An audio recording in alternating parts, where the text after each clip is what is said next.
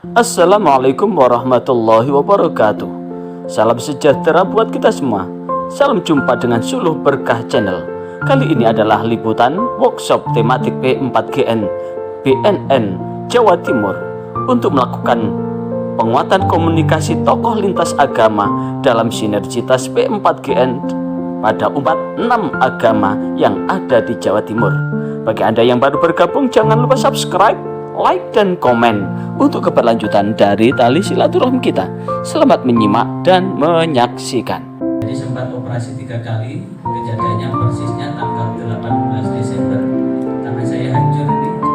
Alhamdulillah kelihatan normal, kaki mata, kemudian close to glowing. Operasi sampai 3 kali. Dan hari ini saya mencoba pakai sepatu untuk pertama kali. Karena kaki yang patah ini dikasih sepatu sakit banget. Tapi karena tanggal 18 Desember kemarin, jadi baru sekitar berapa bulan itu, persis H-2 mau berangkat umroh. Tapi alhamdulillah hari ini kita masih dikasih nyawa, semuanya oleh Allah, oleh Tuhan yang Maha Kuasa. Karena di dalam agama apapun, hifdun nafas, menjaga jiwa itu penting. Maka dalam hal ini bagaimana kita bersama-sama menyatukan tekad langkah yang sama. Untuk apa? Untuk menjaga jiwa. Karena bagaimanapun jiwa yang sudah diberikan Tuhan yang Maha Kuasa ini harus kita rawat, harus kita jaga, harus kita lindungi, harus kita tangkal dari segala apapun. Dan kalau kemudian dengan menggunakan bahasa agama, maka tentu dalam keyakinan saya sebagai seorang muslim, saya seorang muslim yakin bahwa manusia pertama itu adalah Nabi Adam. Yang muslim, ada yang tidak percaya bahwa manusia pertama itu Nabi Adam? Yang Kristen, bahwa manusia pertama Nabi Adam. Yang Katolik, manusia pertama itu adalah Nabi Adam. Setelah itu baru menciptakan Hawa dari tulang rusuknya. Kemudian beranak pinak, sehingga kita saat ini jelek-jelek begini, kita seluruh yang kumpul di sini seluruhnya adalah keturunan Nabi. Cuma ini sudah menjadi kehendak Tuhan, bagi Tuhan untuk menyatukan manusia dalam satu iman. Tidak sulit bagi Tuhan. Tapi ini adalah wujud keadilan Tuhan, memberikan apa? Memberikan kesempatan buat manusia untuk bereksplorasi dan bereksperimen untuk kehidupan. Tapi inti dari agama itu adalah menjaga jiwa. Maka pada kesempatan ini saya mewakili Bapak Kakanwil sekaligus menyampaikan salam beliau, karena ini adalah jadwal sibuk beliau dalam proses pemberangkatan jamaah haji, dan ini sudah masuk hari keempat penerbangan. Karena apa? Penerbangan pertama tanggal 12, kemudian 13, 14, sekarang tanggal 15, hari keempat. Mudah-mudahan kita semua yang hadir pada kesempatan ini, yang galau, yang gelisah, dibahagiakan oleh Allah. Tapi tidak ada yang punya utang, jadi sehingga saya tidak mendoakan yang punya utang kemudian dilunasi utang-utangnya. Yang punya kreditan masih punya kreditan, tapi untuk beliau panjenengan ini udah usia di atas 60 itu sudah bebas dari jeratan apapun. Karena nafsunya sudah bukan nafsu dunia lagi, nafsu bagaimana kita ini mempersiapkan hidup husnul khatimah begitu. Yang sakit kita doakan semuanya disehatkan oleh Allah. Amin. Yang putra, putri, cucu, cicitnya masih sekolah, amin. Mudah-mudahan lancar sekolahnya, mendapatkan ilmu yang manfaat dan barokah, sehingga dengan ilmu itu mengantarkan kita akan bahagia ketika kita sudah meninggalkan mereka, untuk masuk ke alam yang lain. Sehingga mudah-mudahan Tuhan senantiasa membentangkan keselamatan buat anak cucu kita, termasuk terbebas dari jeratan narkoba, apapun bentuknya, dan anak cucunya narkoba. Karena narkoba itu bukan hanya induk, tapi punya anak cucu. Saya membayangkan bahwa narkoba itu ya setan dalam bentuk benda yang kemudian disebarkan oleh setan-setan yang berbentuk manusia. Sekali lagi, narkoba itu kalau kita tinjau dari sisi hakikat, dari sisi hakikinya, bahwa narkoba itu adalah setan dalam bentuk benda yang kemudian disebarkan, dibuat, disebarkan dan digunakan oleh orang-orang yang sudah ada irisan setan.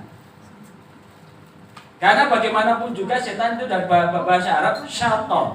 Syaitan itu adalah menjauhkan. Kalau kemudian kita semakin menjauhkan dari menjaga kehidupan ini untuk tetap selamat dan sehat, maka tentu itu adalah bagian yang tak terpisahkan dari bujuk rayu setan.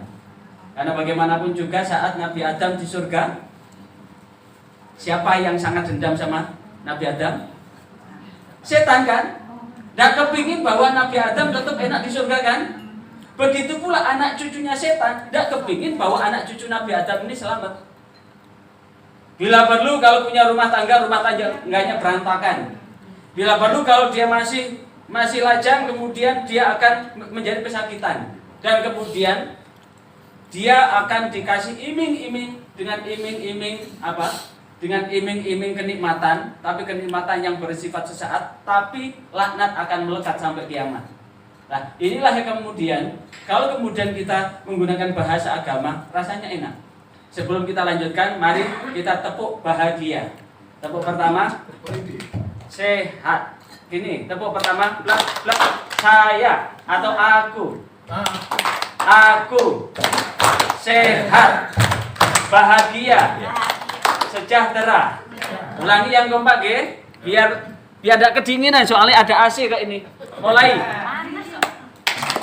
Aku sehat, bahagia, sejahtera, selamat, lahir, batin. Nah itu paling nikmat itu sehat, bahagia, sejahtera, selamat, lahir, batin. Masih ditabrak motor, tabrak mobil, selamat. Walaupun ini sudah hancur, selamat, sirai gak kena.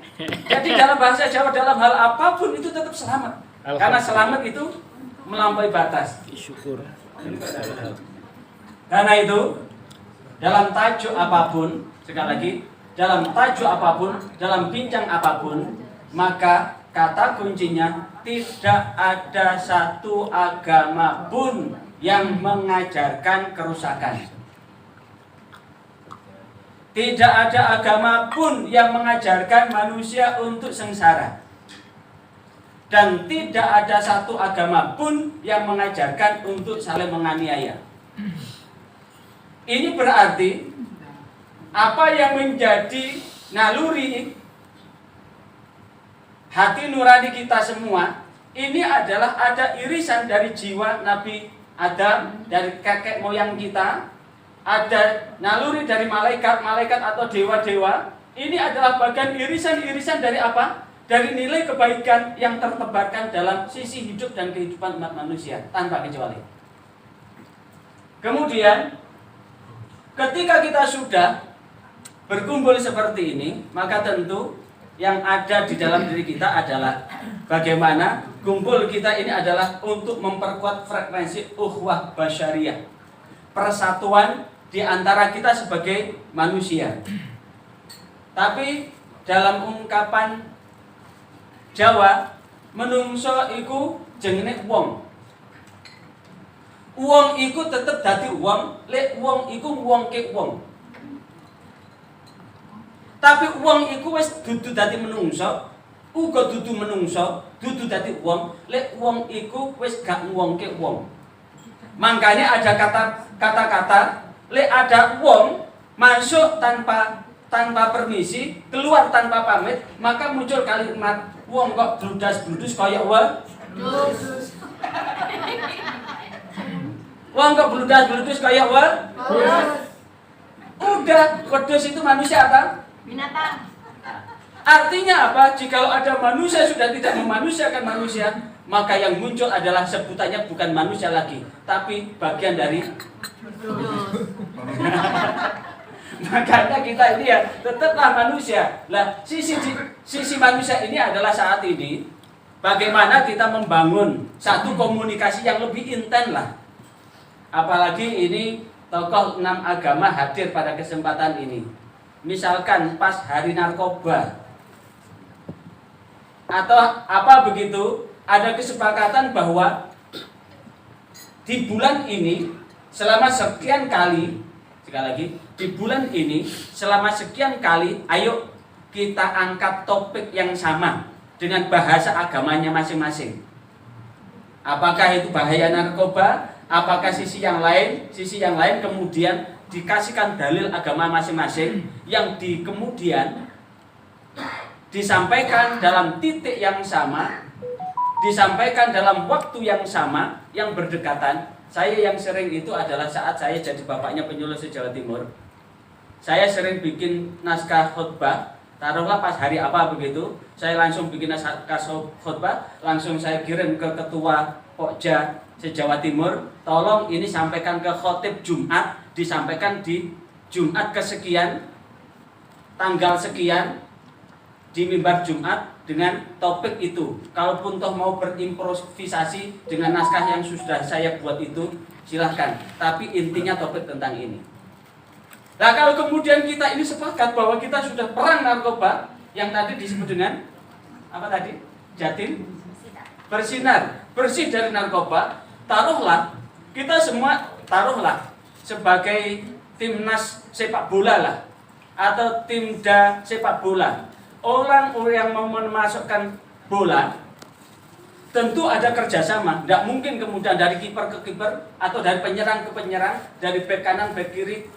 Tapi seluruhnya akan menjadi satu. Tim itu kan ada berapa? Ada 11. 10 yang bekerja, yang satu adalah menjaga. Maka kalau kemudian 10 orang yang ada di tim sepak bola itu bau-membau, menghilangkan egonya masing-masing untuk sama-sama memasukkan bola di gawang, maka tentu ini akan lebih indah. Sama persis jikalau kita sepakat bahwa melalui bahasa agama kita tingkatkan komunikasi kita akselerasikan komunikasi kita dengan bahasa agama, dengan satu kesepakatan yang sama, untuk mengambil topik yang sama, di hari yang sama, di bulan yang sama, dengan bahasa agama masing-masing disampaikan ke umat, maka ini akan jauh lebih efektif daripada apa? Daripada kita bekerja sendiri-sendiri. Ibarat tangan ini, jarinya tidak kompak, tidak satu, maka tentu akan sulit. Kita mau minum kopi aja sulit kalau hanya pakai jari telunjuk. Kalau gaweannya hanya nelunjuk-nelunjuk, ini kan hanya perintah-perintah aja. Tapi coba suruh minum kopi ngangkat cangkir, tidak bisa. Hanya buat mudek. Ini yang gawenannya adalah untuk monggo dipun dahar, monggo dipun unjuk. Tapi kalau suruh bekerja, tidak bisa. Tidak mungkin kemudian. Yang tengah pun begitu. Yang tengah, ini khusus untuk tugasnya tersendiri yang tengah ini. Tapi ini pun kalau suruh bekerja tidak bisa. Yang ini pun begitu, yang ini pun begitu. Walaupun dia punya tugas yang sangat istimewa, ketika dia ternak ayam untuk lihat, tapi kalau suruh bekerja tidak bisa. Makanya ada kalimat pepatah dalam bahasa Arab, kun kal yadaini wala takun kal udunaini wa ainaini. Kun kal yadaini, jadikanlah kalian seperti dua tangan. Wala takun kal ainaini, janganlah engkau seperti dua telinga. Wala takun kal udunaini, jangan engkau seperti dua telinga. Wal ainaini, seperti dua mata. Kenapa? Jikalau jadi seperti tangan, maka ngambil apapun berat sama dipikul, ringan sama dijinjing. Kalau kemudian ini kaki ditendang, maka tangan akan melindungi. Makanya kenapa rata-rata orang kecelakaan itu yang cedera itu tangan, karena secara refleks begitu terlempar, itu tangan itu langsung melindungi tubuhnya. Dan ini tangan saya hancur ini, kayaknya wong saya terlempar kurang lebih sekitar 5 meter. Begitu tabrak, langsung melempar, tapi ternyata yang hancur tangan. Ternyata mungkin ketika jatuh itu bukan kepala dulu, tapi tangan dulu. Dan kebetulan saya jatuhnya di sisi rel kereta. Jadi mungkin ini koralnya kereta. Nah, tapi alhamdulillah kepala masih utuh. Bisa dibayangkan andaikan tangan egois begitu jauh, enak wong yang lihat indah-indah wong ada di kepala itu. Kalau mau ngomong ya, kalau kemudian ada orang yang gitu. Yang mencium itu bukan tangan, tapi yang nyium itu adalah apa? Yang mencium hidung. Akhirnya iri tangan ini. Enggak pernah tangan ini iri. Bahkan ketika tangan ini untuk hal-hal yang baik, kira-kira yang paling banyak pakai tangan apa? Tapi untuk kira-kira hal yang kotor-kotor pakai tangan apa? Tapi begitu dapat nikmat, yang dikasih kesempatan pertama kali tangan kiri. Kalau suaminya memberikan gelang sebesar lantai kapal, kira-kira dipakai tangan kanan apa tangan kiri? Kalau pas kemudian bapaknya membelikan tas branded, kira-kira tas itu dipakai tangan kanan atau tangan kiri? Pasti tangan kiri sambil menunjuk. Ini loh tasnya branded. Tapi wala takun kal udhunaini, jangan engkau seperti dua telinga. Coba bunda yang pakai anting-anting berapa gram bunda? Mesti kalau sini setengah gram, sini setengah gram bunda. Sini 1 gram, sini 1 gram. Gak mungkin sini 1 gram, sini 1 kilo. Miring kan. Kalau sini tidak ada matanya, sini juga ikut tidak ada matanya. Kalaupun toh yang make tidak ngapa-ngapain, orang yang diusil. Wah, obatnya wis telat. Rodok miring wae. Begitu pula wala takun kal aina ini, jangan engkau seperti dua mata. Satu kelilipan, siji mendelik bunda. Pernah jenengan lihat orang kelilipan mendelik dua-duanya? Tidak ada bunda, tidak ada. Orang mesti gini, begitu ini sudah sakit, ini malah mendelik. Itu artinya apa? Yang satu itu susah, malah mentengkelek. Nah, artinya apa? Kita duduk satu meja ini, sebagai tokoh agama, ini adalah hajat kita dalam rangka menangkal darurat narkoba. Karena itu duduk bareng, apapun kapasitas kita. Tapi tetap yang kita lihat adalah bagaimana hifdun nafas, menjaga jiwa agar ini tidak terancam oleh bahaya narkoba. Kemudian kalau kita lihat, agama memang bukan bahasa Arab. Agama memang bukan berasal dari bahasa Jawa, bahasa Indonesia. Tapi agama itu dari bahasa Sanskerta. Itu tidak, agama itu kacau. Agama ini memang bagian dari satu aturan yang diturunkan Tuhan, yang diberikan Tuhan supaya kehidupan manusia ini tidak kacau. Tapi sesungguhnya orang-orang filsuf itu, bahkan di dalam Islam ada namanya Mu'tazilah, aliran yang mengandalkan akal pikiran. Bahwa yang menjadi panglima manusia itu ya akal. Agama inilah yang kemudian akan menyelamatkan aturan-aturan yang menyelamatkan kehidupan, mulai dari bagaimana kita bisa berpikir, bagaimana kita berasa, bagaimana kita bisa bertindak. Maka tentu kita butuh sesuatu yang tidak membuat kacau. Itulah agama. Dalam bahasa Bali, agama, igama. Kalau igama hubungan manusia dengan Tuhan, kalau agama hubungan manusia dengan sesama. Nah, dalam bahasa Arab ini adin, yaitu menggambarkan hubungan antara dua pihak, yang satu lebih tinggi, yang satu tidak. Ini artinya agama inilah yang kemudian mengatur wa ma khalaqtul jinna wal insa illa liya'budun. Dalam bahasa agama Islam, bahwa sesungguhnya hidup manusia diciptakan ini tidak untuk apa-apa kecuali menghambakan diri kepada Sang Pencipta. Bagaimana ketika kita menghambakan dengan Sang Pencipta itu sudah tidak butuh apa-apa dari kita. Tuhan tidak butuh apa-apa dari kita. Andaikan seluruh manusia maksiat semua, Tuhan tidak rugi kok. Nah, penghambaan itu bagaimana adalah bagaimana kita ini berusaha untuk menjadikan kehidupan ini tentram dan damai. Karena itulah dalam bahasa agama, tentu semua agama punya angguan yang sama. Apa angguan yang sama? Setiap orang pasti kepingin sehat.